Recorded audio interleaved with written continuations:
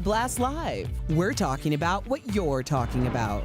Real, honest, entertaining, live. DBL starts right now. 3, 2. Look at that. It's a new month and a new day and a new beginning. Welcome to DBL. It's Monday, March 1st, everybody. I'm Tori here with Al and Lindsay. How y'all doing? Good. I can't get this mic thing together, man. It's falling out of my back. Can y'all hear me? If you can hear me, we're good.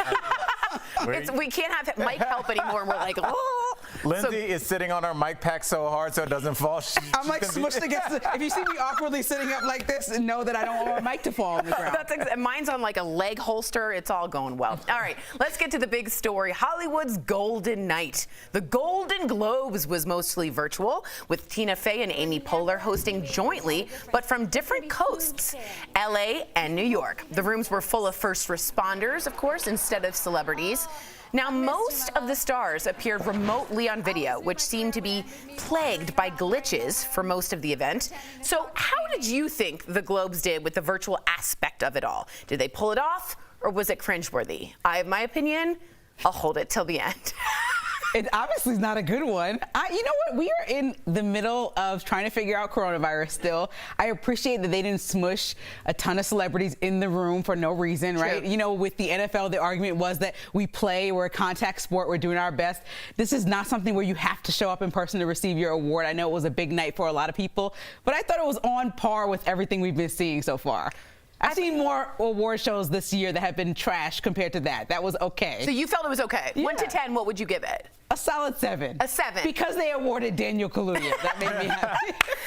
Al, what would you give it? I didn't really dig it that much, so I'll give it a 6, but in the idea of like it's Zoom and it's not going to be perfect and we wish they were there so they could roast each other, like this is all we have. My uncle Ben, his 70th birthday was yesterday. We had a Zoom call. It was ridiculous. It was maybe 9 people over the age of 75 on Zoom, so you can figure that out, how that went, but it was hilarious, and it was probably the best birthday in terms of me laughing. You know, so it's like, it's weird, it's different, it'll never be like this again, knock on glass, but you know, we got to just roll with it right now. And a bunch of people got Golden Globes that they can now put that on their resume. Yeah, I thought it stunk. Okay. Oh, man. Why? I thought it wasn't funny. I thought the writing was bad. I thought Tina and Amy weren't hilarious. And let me tell you, my dream is to be Amy Poehler. I went to her school at UCB.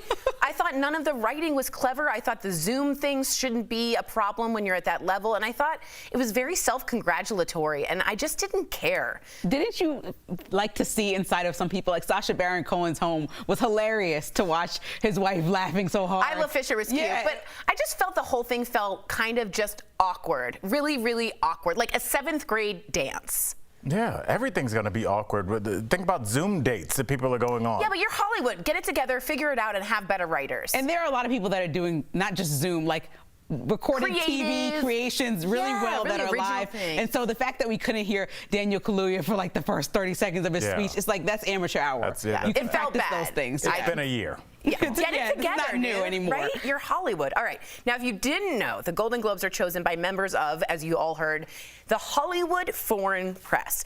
And it turns out there are this many black members. 0. Wait, I'm in there. You aren't. Okay. Okay, and there haven't been for, you get this, 2 decades.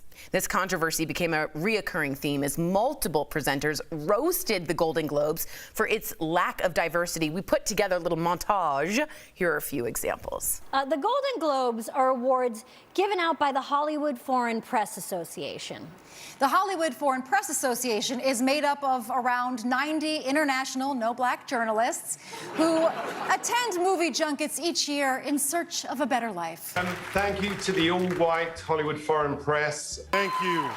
It is great to be black at the Golden Globes. Back at the Golden Globes. Yeah. You know what, SK? It is great to be black back anywhere. Amen. Amen. Anywhere. Members of the Hollywood Foreign Press actually addressed the issue on the show, saying they are committed to adding black members and people from underrepresented backgrounds. But the question remains, how do you feel about this controversy, how it was repeatedly called out during the show and what they could do more? I like that they called it out.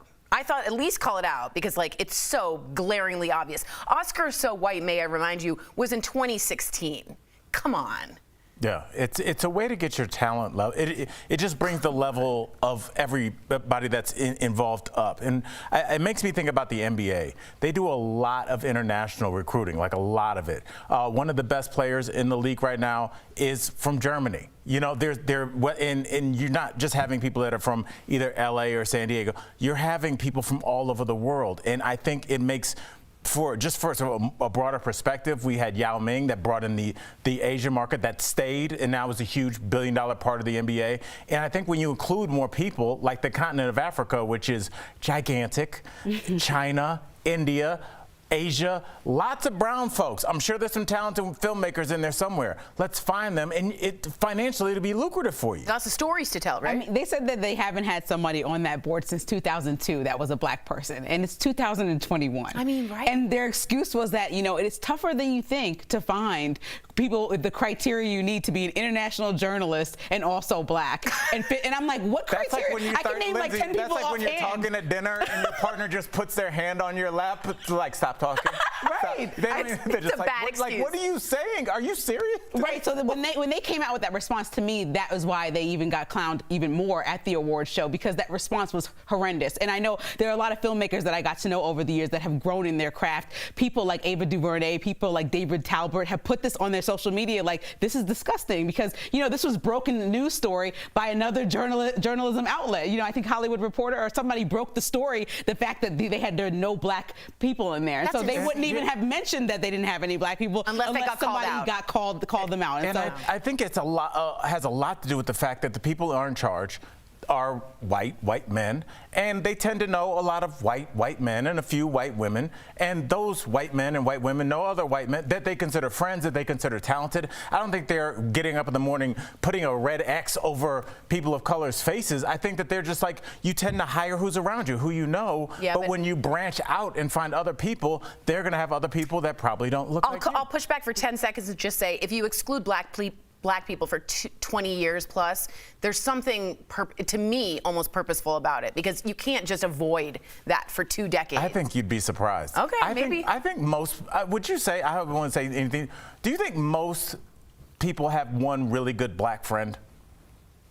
It depends on where you are geographically. Now. I don't know. If I'm in Nebraska, I know, but we always say, in their bubble. But we always giving people like, oh, they didn't know better. The Yeah, they knew ignorant. better. But when you're 40 plus, you know what I mean? And some of these people that are journalists that have been in this career, I'm not giving you that excuse or I that agree. leeway that you Lindsay, don't know you better. don't You're a have grown man, grown woman. But if you are a white person, you don't have to interact with black people. You, as a black journalist, you could not navigate your career without interacting with white people along the way, or anybody else along the way. That's not something that's in their life. If you went to Georgetown and then Harvard, and then you're at NBC Studios, shows. When are you going to see a black person? I mean, it doesn't matter what type of journalist you are. You still study the same type of criteria, right? Understanding, digging into, realizing what the story is about, getting to the bottom of it. And if you have studied journalism in any way and can't understand that people of color are a large part of everything, then I don't know what's wrong with what school you went to, where you studied. Like, it's really simple. Yeah, at least in that career field, I'll say. Yeah, especially in the arts, to have diversity lacking so exclusively is just almost like a red flag for me. All right. Red flag. There we go. We're not giving them any slack. No, I like it. Come at me, bro. Good combo. All right, guys, stick around because in a few minutes, guess what? We're talking with Entertainment Tonight's Kevin Frazier. He's a good friend of the show, mostly me, but of the show too, who's got the behind-the-scenes deets from last night's Golden Globes, and you do not want to miss that. New developments in dog napping saga have come out. Is she, the canine caper, closer to being solved? That's all coming up next. Closed caption. Smiling through the pain. It's something Lexi Bader does on a daily basis. We first introduced you to Lexi last year, a successful young model with a debilitating disease. We're happy to have you back. I know that there's a lot going on, so you have definitely been an inspiration for our audience, and we just want to reconnect with you. Yeah, I can't wait. Sorry. Yeah, I'm really happy to be here too. All right, girlfriend. Okay, we're almost ready. I'm gonna count us down, and don't be nervous. You got this. You've already come in. We've already done this. All right, you ready, girl? I am.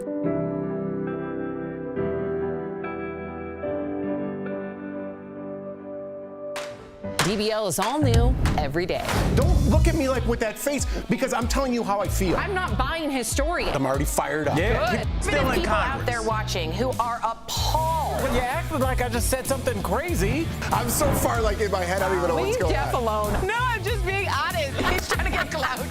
I'm gonna wear a 10-gallon hat. Lucy would have been all over you, honey. Hey. Stick with us in 2021. We're gonna have a great year.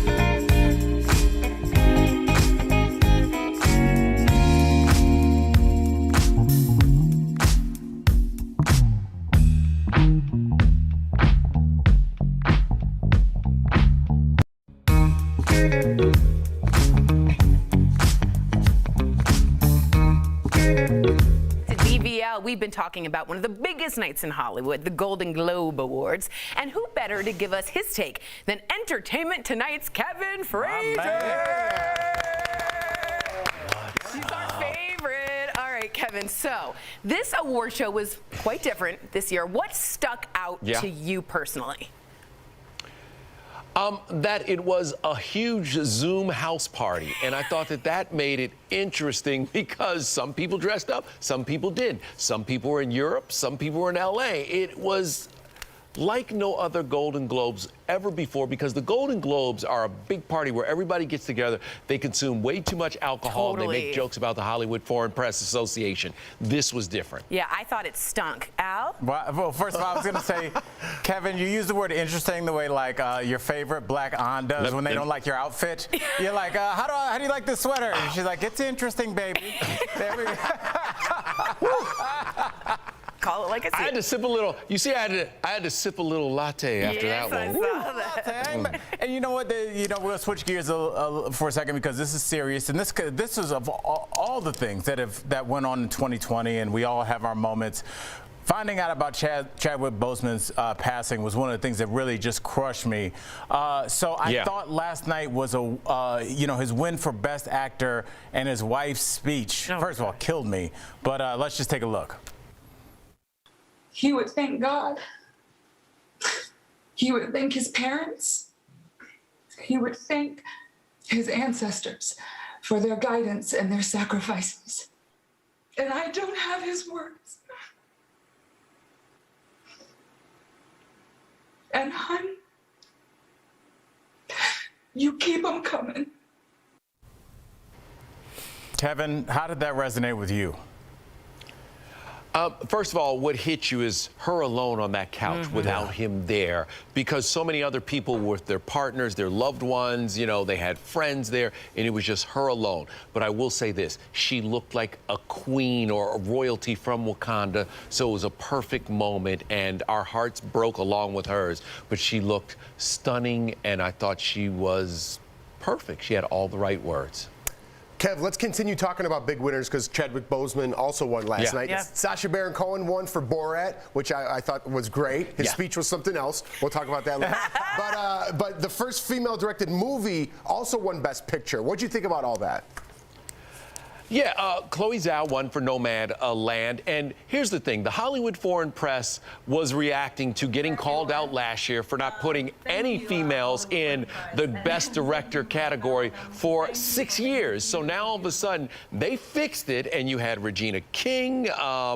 And I thought that they did the right thing by nominating those ladies because they did a great job. But at the end of the day, that win is historic because it's the first time an Asian woman has ever won, and I thought it was important that she got recognized for her work. Absolutely, especially with what's going on today with Asian Americans having to struggle with some major racist problems. It was really good to see her represented there. I wanted to see what you thought about who went glam and who kind of kept it casual. Hashtag Jason Sudeikis. Some of the men kept it kind of like really casual. What do you think? Also, I think Joaquin Phoenix with the hoodie. Okay. Joaquin Phoenix with the hoodie was a little crazy. I thought that Jason Sudeikis did the best thing he could. He put on a hoodie to support an organization that his sister is involved with, and that hoodie is almost sold out. So he made them money, so good for him. But like I talked to Gillian Anderson, she was in Prague in the middle of the night, dressed up in an outfit in a hotel, and she couldn't celebrate. Same with some of the other folks from The Crown. They got all dressed up to sit by themselves in a hotel. I loved that Jodie Foster rocked the pajamas. Yeah. I loved that Kate Hudson brought out every single member of her family, and they all got dressed up, Kurt and Goldie included. So there were some people who really dressed up. There were some other people who said, look, I'm good. I'm good with what I got on. Kevin, I'm just going to sit here. It's a house party Zoom. The reason I want to ask you is because you keep it real. Do you think that that's okay? I feel like there's certain occasions where you should dress up. If it's somebody's anniversary, I'm not going to be like, hey, I'm cash. Al, you're on a Zoom, Al. You're on a Zoom, Al. It doesn't matter what you're wearing because you could have on underwear below. So that's the whole thing is like, why get caught up in the whole facade? You're at home. You're not going out. It would be one thing is afterwards you won and then you're going out and you go to parties. You can't even leave your house. You're sitting right in there. And if you go out to a restaurant, you're eating out on the curb, so it's not like you're going anywhere. So let's just keep it real. That's why I love that some people kept it 100% real. All right. Al's hating. He'd be in the PJs Why mess up a good shirt? Why mess up a good shirt? The Golden Globes. The tie-dye was great. Kevin Frazier, we love when you stop by. We know you've got more coverage coming up on Entertainment Tonight. Quickly, can you give us just the inside scoop on what we can expect? Okay, Andra Day, the party that was happening at her house after she stopped crying, and my moment with Daniel Kaluuya that was bananas, and we have more on Tracy Morgan because someone needs to explain to Tracy Morgan that the winner for Best Original Score was not Sal. Not Sal. It was not Sal. It was Soul. It was Soul. You're absolutely right. DBL Nation. Sal. It was very weird. He's from Brooklyn. Very Tracy Morgan. Don't miss Kevin on Entertainment Tonight. Thank you again, Kev. I always love coming to visit y'all. You know that. When can I come to the set? When can I come to the set? Anytime. Let's get these vaccinations going. Let's do it. We'll be right back. All right, let's go. Al, we got some issues to talk about. Let's do it. How's she doing? County, California in the 1970s. When she noticed there were not a lot of women in her students' history books, she set out to change that. In 1978, she helped to create a Women's History Week for the district, and that idea spread. Districts across the country started copying the curriculum and using the week to teach students about unsung female heroes. Eventually, word of what those school teachers were doing reached the White House. In February 1980, President Jimmy Carter called the original teacher from Sonoma, Molly Murphy McGregor, to tell her he was proclaiming the week of March 8th National Women's History Week. In the years that followed, President Reagan followed suit, issuing an annual proclamation designating Women's History Week. It took a few more years for women to get an entire month devoted to their contributions. The Women's National History Project lobbied Congress for a longer holiday, and in 1987 they passed a proclamation establishing Women's History Month.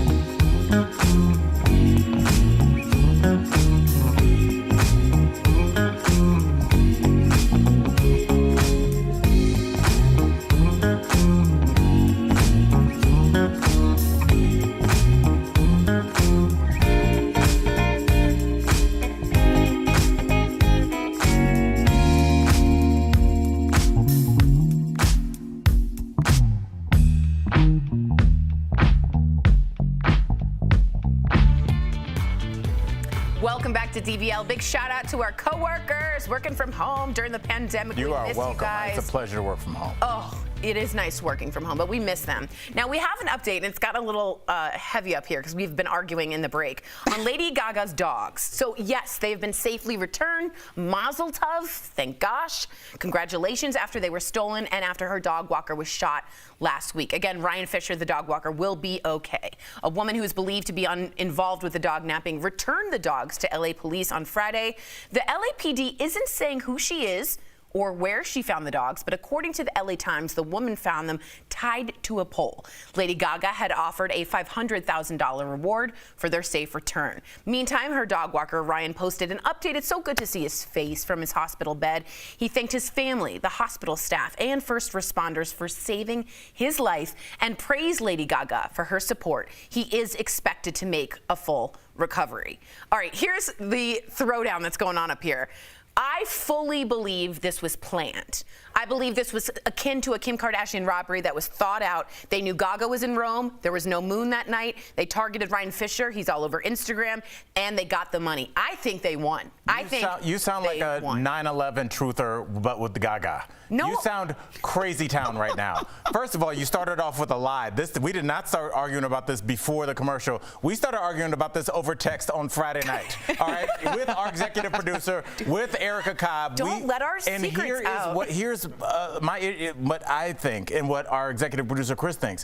I just think that they were out, they saw something valuable, they have a drug habit, they have a gun, and they walked up to try and get something quick. Specifically walking up to Lady Gaga's specific two dogs with a gun. I think how would they know they were Lady Gaga's dogs? It's all over Instagram. You guys are both painting this vivid picture like drug addict. They may have been all that, but really they could have just been two men who robbed expensive dogs and then said, you know what, I don't want all this smoke. This is Lady Gaga's dog. I'm not trying to go to jail. Tying it to a tree and saying, I'm good. Why would they have to? And you telling me that somebody took the $500,000, walked away, they're quiet about it and is having a nice life and never ever gonna get caught, and that's how this is gonna go. Let me tell you something. Stephanie Germanata, you know who that is? That's Lady Gaga. She's a New York Italian. You don't think she knows a way to move $500,000 without people knowing? Absolutely. Yeah, maybe in 1983 with a laundromat. You can't do that. This is not The Sopranos. What the heck? Really? So within 24 hours, she gets her dogs back with no questions asked, and everybody's fine, and no one's saying anything, and they won't tell you where it was, and yet everything seems okay. Yeah, yes, I think they want this story to go away. It's not a good look for the police. It makes them look like heroes that they got the dogs back. Lady Gaga posts, and I love and thank you to the police and everybody that helped, and this is over. They don't want this to continue. This isn't a subplot that's going to lead us to the underground Yakuza network. Wait, connect the dots. How did the nice lady get the dog? I think that they got the money, said we're releasing the dog, let them know, and someone did. I think that woman is random, but I think the two How did people they tell them? Over the phone? No, They can track you that? don't think Lady Gaga What, did they cut out can't letters get from the magazine? a burner? Oh my God, you Somebody really been think this watching is The like a Sopranos movie? I'm sorry. Kim Kardashian was robbed in Paris with That details. was a planned, coordinated so attack. So was this. We'll be right. Okay. We'll be right back. Promotional consideration is brought to you by Taking the bus with groceries.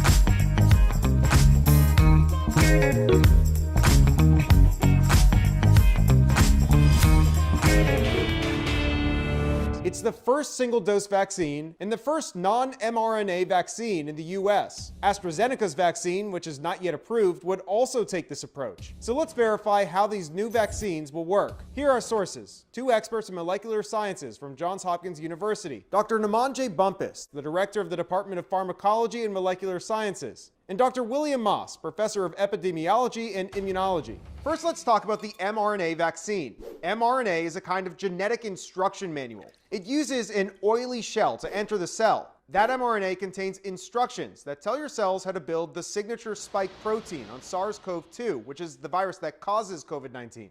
That spike protein helps your body to build up a resistance to the virus without ever being actually infected. Meanwhile, AstraZeneca and Johnson & Johnson are developing a DNA-based vaccine called an adenovirus vector vaccine. And Dr. Moss made it very clear that while it uses virus DNA, these vaccines do not alter your human DNA.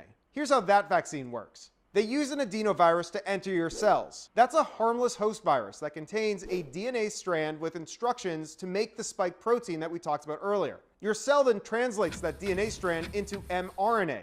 And from there, it's the same as the mRNA vaccines. Your cells use that mRNA to make the spike protein and show it to your immune system. By building the spike protein and training your immune system to fight it, your body's ready to fight off the real virus if you come in contact with it. And our experts say that adenovirus host makes a huge difference for worldwide distribution. Here's why. mRNA is heat sensitive. The Pfizer vaccine needs to be stored at extreme freezing temperatures, -94 degrees Fahrenheit. But adenovirus vector vaccines can stay in a normal refrigerator between 35 and 46 degrees Fahrenheit, which our experts say will make distribution and storage much easier. With your Verify, I'm Evan Kozlov.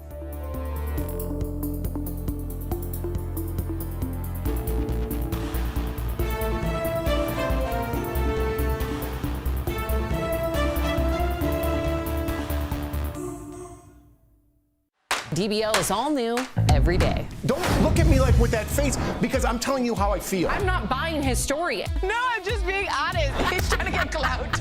I'm gonna wear a 10-gallon hat. Stick with us in 2021. We're gonna have a great year.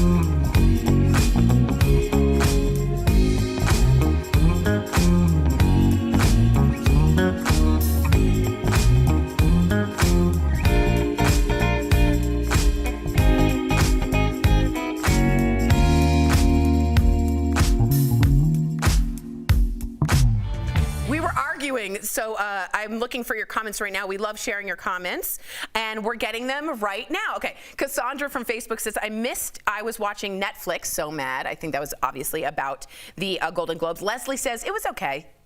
I want to talk to you about this moon that you mentioned that we didn't bring up. You said there was no moon that night that Lady Gaga's dogs got stolen, and so that had something to do with the robbery?